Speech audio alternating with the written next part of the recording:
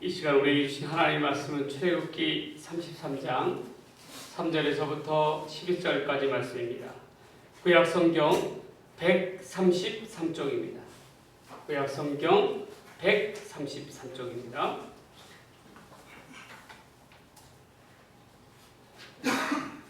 이 말씀을 저와 여러분이 한 절씩 교독하도록 하겠습니다. 하나님의 말씀을 교독합니다. 여호와께서 모세에게 이르시되 너는 내가 애굽 땅에 3절입니다. 너희를 적과 꿀이 흐르는 땅에 이르게 하려니와 나는 너희와 함께 올라가지 아니하리니 너희는 목이 곧은 백성인즉 내가 길에서 너희를 진멸할까 염려함이라 하시니 백성이 이 준엄한 말씀을 듣고 슬퍼하여 한 사람도 자기의 몸을 단장하지 아니하니 여호와께서 모세에게 이르시기를 이스라엘 자손에게 이르라 너희는 목이 곧은 백성인즉 내가 한순간이라도 너희 가운데 이르면 너희를 진멸하니 너희는 장신구를 떼어내라 그리하면 내가 너희에게 어떻게 할 것인지 정하겠노라 하셨음이라. 이스라엘 자손이 호렙산에서부터 그들의 장신구를 떼어내니라. 모세가 항상 장막을 취하여 진 밖에 쳐서 진과 멀리 떠나게 하고 회막이라 이름하니 여호와를 앙망하는 자는 다 진 바깥 회막으로 나아가며 모세가 회막으로 나아갈 때에는 백성이 다 일어나 자기 장막문에 서서 모세가 회막에 들어가기까지 바라보며 모세가 회막에 들어갈 때에 구름 기둥이 내려 회막문에 서며 여호와께서 모세와 말씀하시니 모든 백성이 회막문에 구름 기둥이 써 있는 것을 보고 다 일어나 각기 장막문에 서서 예배하며 사람이 자기 친구와 이야기함 같이 여호와께서는 모세와 대면하여 말씀하시며 모세는 진으로 돌아오나 눈의 아들 젊은 수종자 여호수아는 회막을 떠나지 아니하니라. 아멘.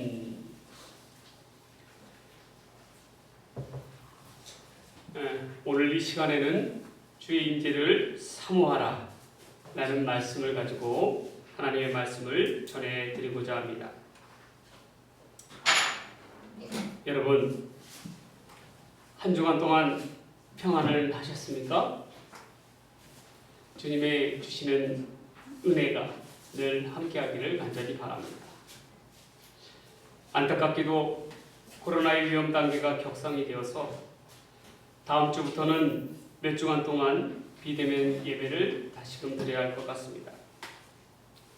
참으로 우리는 신앙적으로 매우 어렵고 힘든 시대를 살아가고 있습니다. 이럴 때일수록 갈수록 하나님의 예배에 대한 도전과 위협이 찾아올수록 성도된 우리는 더더욱 힘써 간구하여야 할 것이 있습니다. 그것은 바로 하나님의 임재입니다. 하나님께서 우리와 함께 하시면 우리가 어디에 있든지 어느 때든지 하나님께서는 당신께 기꺼이 마음을 다하여 예배하는 자들을 찾아주시고 만나주실 것입니다. 중요한 것은 우리가 어떠한 마음을 가지고 우리 하나님 앞에 어떠한 태도로서 예배를 드리느냐, 그것이 중요한 것입니다. 어려울 때일수록 신앙이 위기일수록 우리는 더더욱 힘써 하나님을 찾고 그분의 임재하심을 구하여야 할 것입니다. 여러분, 우리의 삶 속에서 만일에 하나님께서 계시지 않는다면 하나님의 부재에 대해서 생각해 보셨습니까? 과연 우리의 삶의 모습은 어떠할까요? 얼마나 불안하고 얼마나 염려스럽고 얼마나 걱정이 가득하겠습니까? 또한 얼마나 스스로 타락하며 방탕하며 타락의 극치를 이루겠습니까?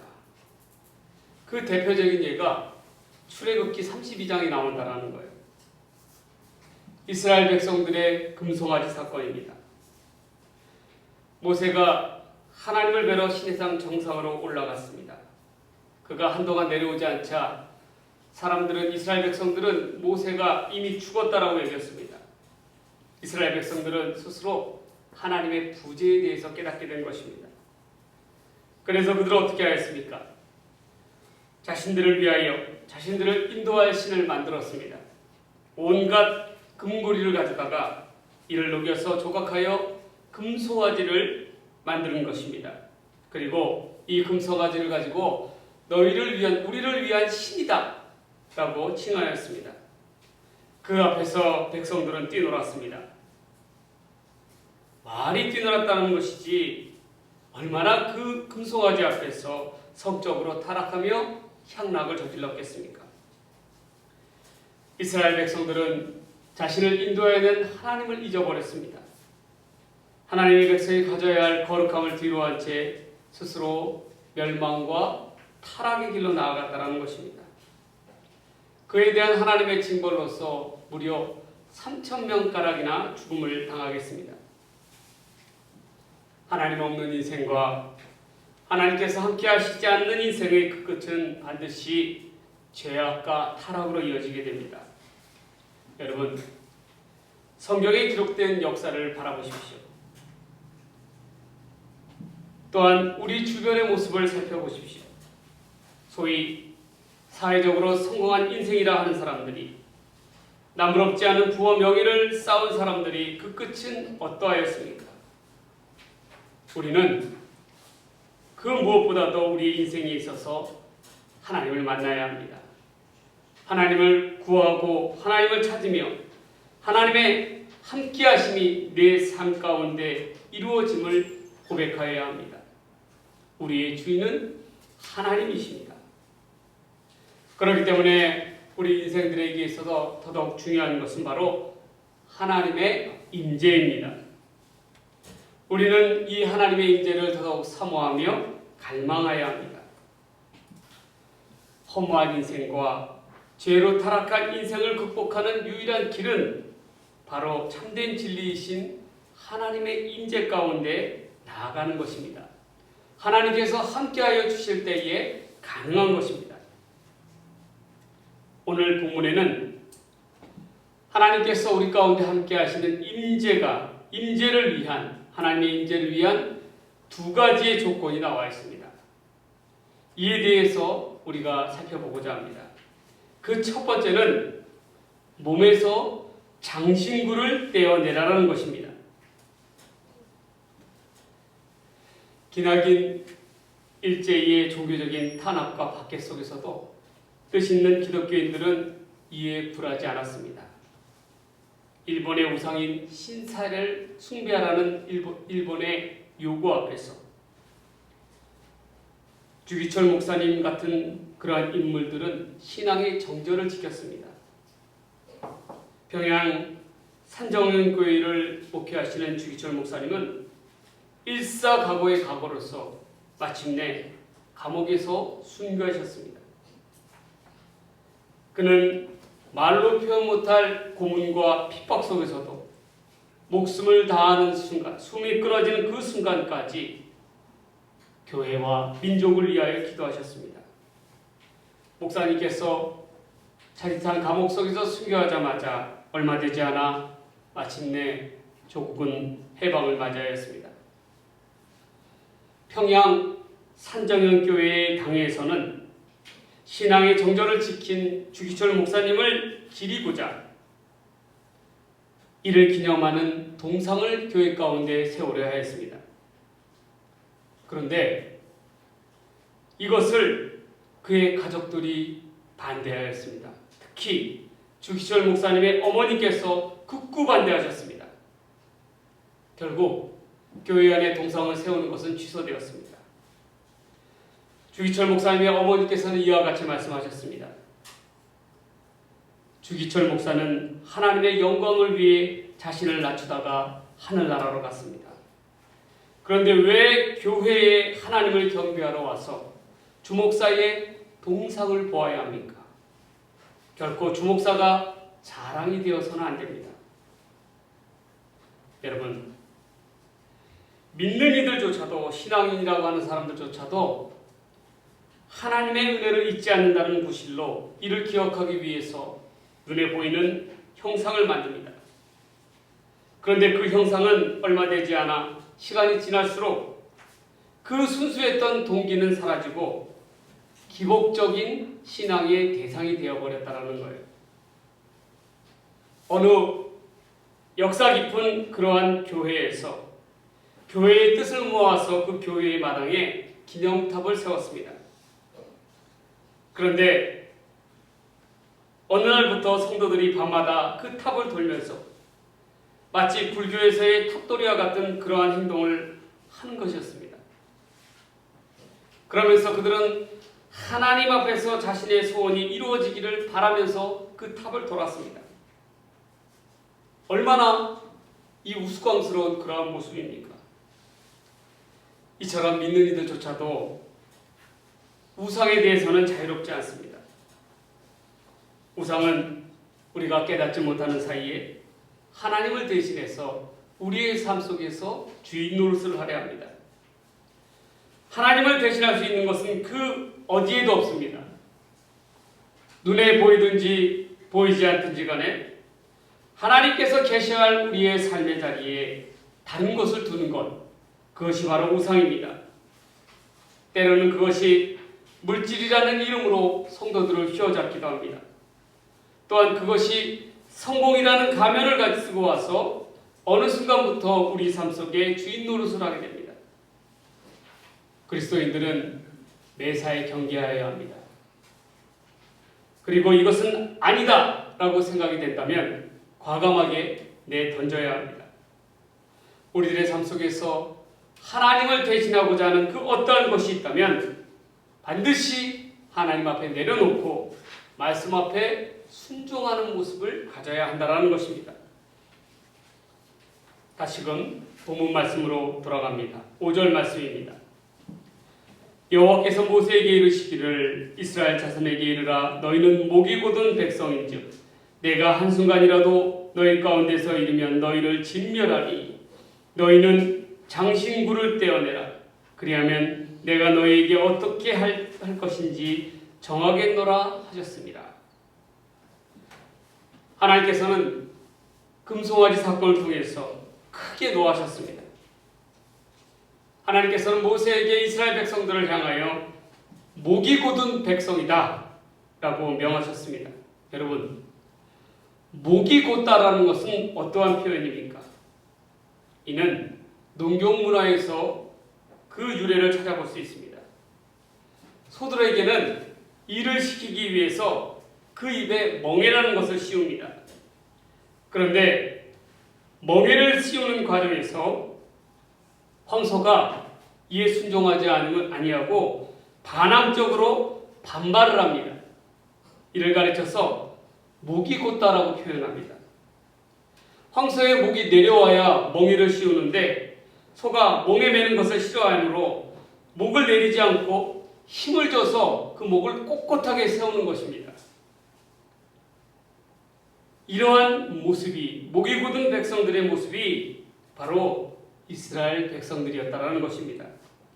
하나님의 말씀을 따르지 아니하고 이를 거부하며 고집이 세고 거만하며 하나님께 반항하는 그러한 백성들을 목이 곧은 백성이라고 합니다. 그들은 하나님 없이도 스스로 살 수 있다라고 생각을 하였습니다. 큰 반항과 교만을 하나님 앞에 행하였습니다. 그 대표적인 사건이 바로 이 금송아지 사건이었어요. 하나님께서는 이처럼 교만하고 악한 이스라엘 백성들을 향하여 한순간이라도 그들과 함께하기를 거부하셨습니다. 왜냐하면 이 악한 백성들과 함께함으로 하나님의 재앙이 그들에게 임하여서 이스라엘 백성들이 진멸될 것을 걱정하셨습니다. 이런 하나님의 걱정과 염려에는 어떤 의미가 담겨져 있습니까? 하나님은 믿음의 조상 아브라함에게 약속하셨어요. 내가 너로 큰 민족을 이루며 내게 복을 주어 내 이름을 창대케 하리라 라고 말씀하셨습니다. 그런데 이스라엘의 범죄함으로 말미암아 하나님께서 이스라엘 백성들을 진멸하신다면, 하나도 남기지 아니하신다면 하나님의 약속의 말씀, 신실한 약속의 말씀이 이루어지지 않는 것입니다. 하나님은 이를 경계하시는 것이에요. 우리는 이러한 하나님의 모습 가운데서 하나님은 결코 그 백성을 버리지 아니하시는 하나님의 성품을 보게 됩니다. 하나님께서는 이스라엘 백성의 죄악 가운데서도 참으시고 인내하시며 반드시 약속하신 바를 이루시는 신실한 하나님이 바로 우리 하나님이시라는 거예요. 결국 이스라엘 이 우상을 섬김으로 죄악에 빠진 이스라엘 백성들, 하나님과 단절된 그러한 삶을 선택한 이스라엘 백성들은 크게 회개하며 뉘우치게 됩니다. 그리고 그들은 다시금 하나님의 임재와 회복을 간구합니다. 하나님께서 그들과 함께하여 주심을 소망하는 것입니다. 이에 대하여 하나님께서 말씀으로 답하십니다. 내가 너희를 보겠다라는 것입니다. 보겠다라는 말은 너희가 어떻게 행동하는지 살펴보고 이를 따라 결정하시겠다라는 말씀입니다. 그 조건으로 내미신 것이 바로 이 몸에서 장신구를 제하라는 거예요. 하나님께서는 이스라엘 백성들에게 있어서 장신구는 어떠한 것이기에 이를 제하라고 명하시는 것입니까? 이 장신구는 이스라엘 백성들이 애굽에서 종살이 하던 시대부터 지니고 온 것입니다. 그들이 착용했던 금귀걸이, 손목걸이, 팔찌, 발목걸이 등이 거기에는 어떠한 문양들이 새겨져 있냐면 바로 애굽의 각종 우상들의 모습들이 새겨져 있었다는 거예요. 이는 금송아지 못지않게 이스라엘의 백성들을 좌지우지하였던 그러한 우상의 숭배물들이었습니다. 이에 대해서 하나님께서는 몸에서 단장품을 제하라고 명하시는 거예요. 바로 이스라엘 백성들 사이에서 뿌리 깊게 자리 잡았던 이 우상의 풍습을 뿌리채 뽑아 내어 던지라고 말씀하시는 것입니다. 그리고 하나님 앞에서 하나님의 말씀을 어떻게 순종하느냐, 겸손히 주의 백성답게 바르게 서라고 요구하시는 거예요. 이러한 하나님의 요구 앞에서 백성들은 어떻게 하였습니까? 결국 그 명령 앞에 그 즉시 순종하였다는 것입니다. 그들은 몸에 지닌 장신구를 떼어버렸습니다. 이러한 행동의 의미는 무엇입니까? 바로 하나님과의 관계 회복을 갈망하며 하나님의 임재를 소원하였기 때문입니다. 이러한 결단의 모습으로, 순종의 모습으로 하나님 앞에서 회복되기를 원한다는 거예요. 여러분, 오늘 이 시간은 우리의 모습을 돌이켜봅니다. 하나님께서 우리에게 내어던지라, 떼어버리라고 말씀하시는 장신구에는 무엇입니까? 장신구는 원래 자신의 아름다움과 사회적 신분, 즉 명예와 자신의 영광을 드러내고자 하는 물품입니다. 우리에게 있어서 이와 같은 욕망을 위해서 우리는 얼마나 하나님 앞에 죄악된 모습으로 살아가고 있습니까? 때로는 이 썩어져 버릴 자신들의 욕망을 위하여 영원하신 하나님의 이름을 더럽히며 나아가고 있지는 않습니까? 성공이라는 우상, 물질이라는 우상, 욕망과 탐욕이라는 우상, 향락과 쾌락이라는 우상 앞에서 우리는 이러한 우상의 장신구를 떼어내야 할 줄 믿습니다. 그리고 겸손히 빈몸으로써 하나님 앞에 바르게 서야 할 줄 믿습니다. 하나님께서는 반드시 세상에 찌든 죄악의 때와 우상의 때를 벗게 하시고 우리로 하여금 하나님의 임재와 하나님의 함께하심 가운데 순종과 회복, 겸손과 소망이라는 영광의 옷을 입혀주실 줄 믿습니다. 이를 믿음으로 받아들이는 저와 여러분들이 되기를 간절히 바랍니다. 소망합니다.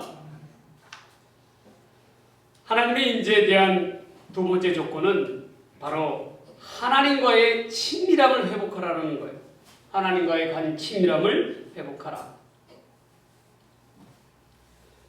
세상의 논리에 취해서 저의 자존감이 상처를 입을 때 제가 꼭 즐겨보는 애니메이션 영화가 있습니다. 바로 대표적인 미국의 기독교 작가인 맥스 루카이도가 제작한 너는 특별하단다라는 그러한 만화 영화입니다. 이 영화는 매우 짧은 영화이지만 우리에게 매우 특별한 의미를 전해주고 있어요. 또한 그리고 삶의 물음을 던져줍니다.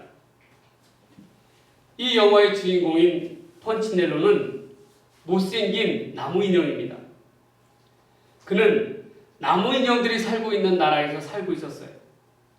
그곳에는 여러 나무 인형들이 있었는데 그 나무 인형들은 각자의 개성과 능력 그리고 자기 자랑을 뽐내었습니다. 이 나무 인형 나라에서는 매우 특별한 일을 행하고 능력과 성공을 보여주면 큰 별이라고 하는 스티커를 몸에 붙여줍니다. 이 큰 별이라는 스티커는 곧 자신의 영광이에요. 영광. 자랑이자 영광인 것이에요.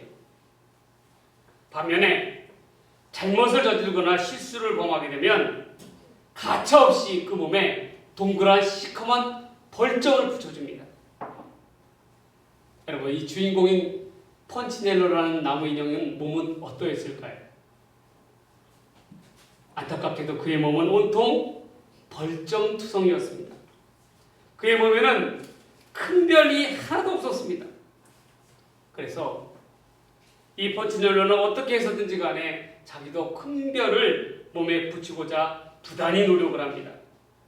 그러나 그는 늘 실수를 범했고 그에게 가차없이 돌아온 것은 바로 이 동그란 벌점뿐이었습니다. 펀치넬로는 이에 너무도 낙심을 합니다. 좌절을 합니다. 절망에 빠집니다. 그러던 중에 이웃에 사는 신기한 여자 인형을 만나게 됩니다. 그 여자의 이름은 루시퍼라고 하는데 희한하게도 마을 사람들과 달리 이 여자의 몸에는 큰 별도 없고 벌점도 없었습니다. 벌점을 붙이려고 하면 띵 하고 떨어져 나가버리는 거예요. 이 여자아이는 다른 인형들이 자기를 어떻게 보는지 그러한 관심에 대해서는 무관심합니다. 그리고 이 여자에게는 흉흉한 소문이 돌았는데 바로 저 마을 건너편에 사는 목수인 엘리를 날마다 만나러 다닌다는 것입니다. 이 펀치넬로는 루시퍼를 만나서 루시퍼의 소개로 엘리를 만나고자 합니다. 그리고 엘리의 집으로 향하게 됩니다. 목수 엘리의 집을 찾아가니까 그곳에는 나무 인형을 만드는 온갖 그러한 공구들로 그 집에는 가득 차 있었습니다. 이 펀치넬로에게는 두려움이 생겼어요. 그러나 목수 엘리는 펀치넬로와 대화 속에서 이야기합니다. 펀치넬로는 처음에는 목수인 엘리에게 자신의 무능력함에 대해서 이야기합니다. 자기도 별점을 갖고 이 큰 별을 갖고 싶다고 그렇게 이야기합니다. 그런데 이 목수인 엘리는 큰 별에 대해서도 벌점에 대해서도 관심이 없습니다. 그리고 똑같은 나무 인형인데 자신이 만든 나무 인형인데 어떻게 나무 인형들이 가운데 무슨 차별이 있느냐라고 그렇게 이야기합니다. 엘리는 날마다 펀치넬로가 자신에게 찾아오기를 기다렸다라는 것입니다. 그리고 날마다 너와의 만남을 기다릴 것이라고 이야기합니다. 그리고 만나서 많은 이야기를 하고 싶다라고 펀치넬로에게 이야기합니다. 그리고 가장 중요한 결정적인 이야기를 건넵니다. 문 밖으로 나아가는 펀치넬로를 향해서 이와 같이 이야기합니다. 내가 너를 만들었고 너는 특별하단다.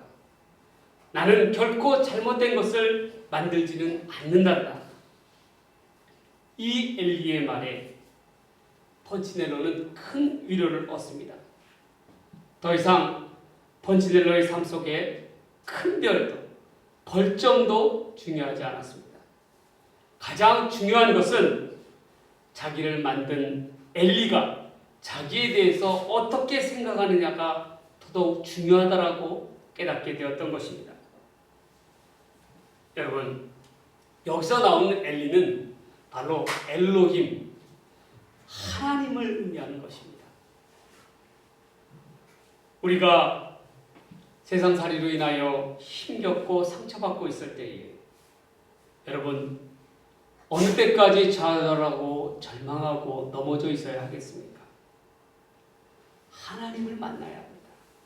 하나님을 찾아야 합니다. 하나님과 함께하고 하나님을 가까이 해야 합니다. 하나님의 임재를 경험하게 되면 내 삶 속에 더 이상 세상의 논리가 파고들지 않습니다. 세상이 두려워지지 않습니다. 세상의 논리 앞에 휘둘리지 않는 것입니다. 세상보다 더 귀한 것을 발견하게 됩니다.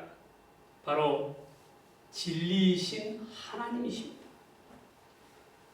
우리를 지으신 전능자이신 하나님, 조물주이신 하나님을 만나게 되는 것입니다. 우리의 삶 속에 진정한 주인을 만나게 되는 것입니다.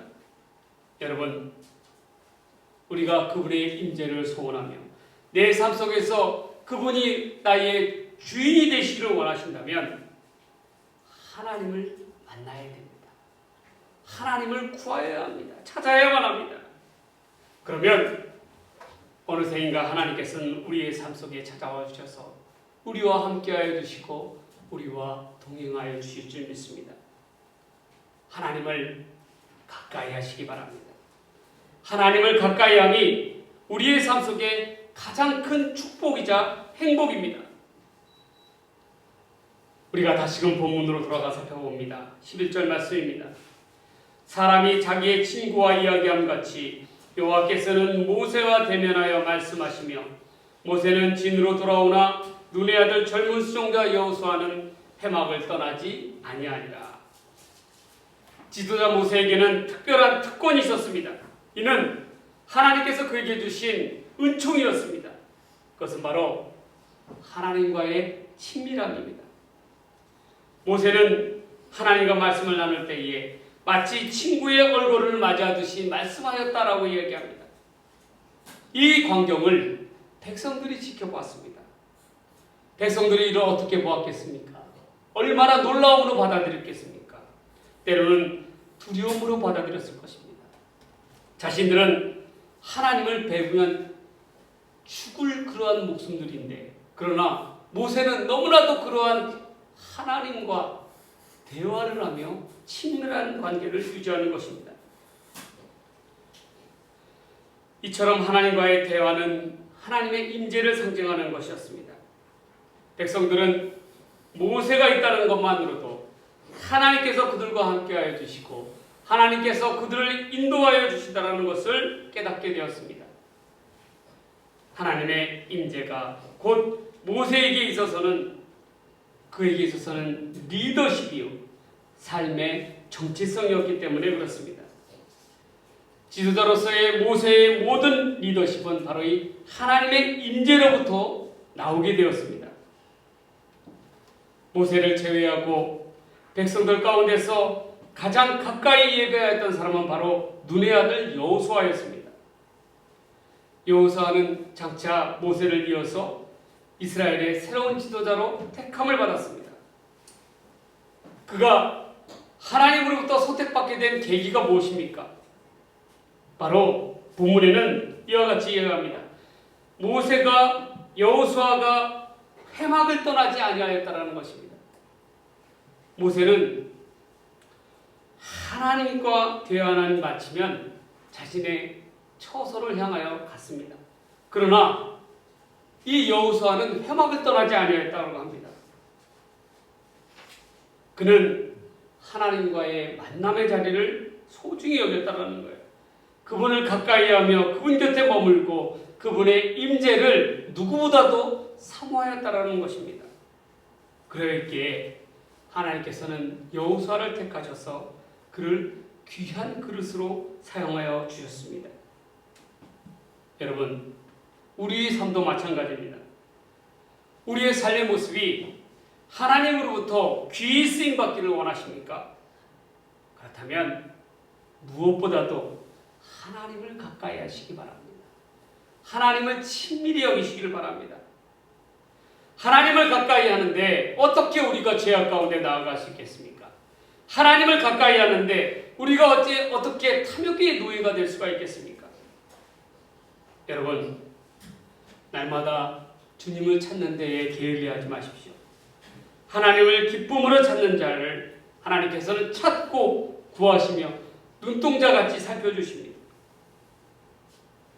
오늘 우리 본문의 여호사처럼 하나님과의 만남을 소중히 여기고 그분 곁에 가까이 머물러 하나님의 인재를 충만히 사모하는 저와 여러분들이 되시기를 주의 이름으로 간절히 축원합니다. 축원드립니다. 오늘 하나님의 임재, 주의 임재를 사모하라. 하나님의 임재가 내 삶 속에 임하는 조건들이 있었습니다.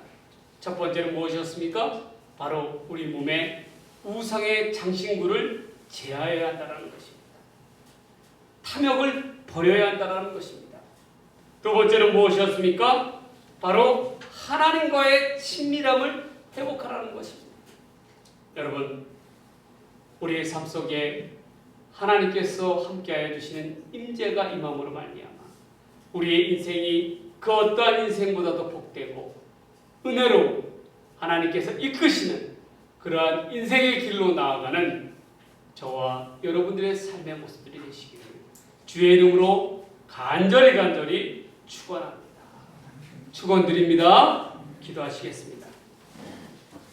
하나님 아버지, 우리 삶 속에 찾아와 주셔서 우리의 삶의 주인이 되어 주시고 우리의 삶을 주장하여 주시기를 간절히 원하고 소원합니다.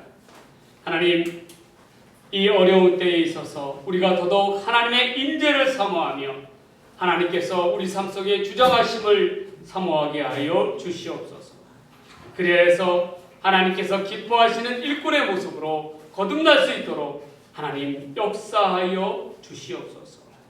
이 모든 말씀 우리를 사랑하시는 예수님의 이름으로 간절히 기도 드리옵나이다. 아멘.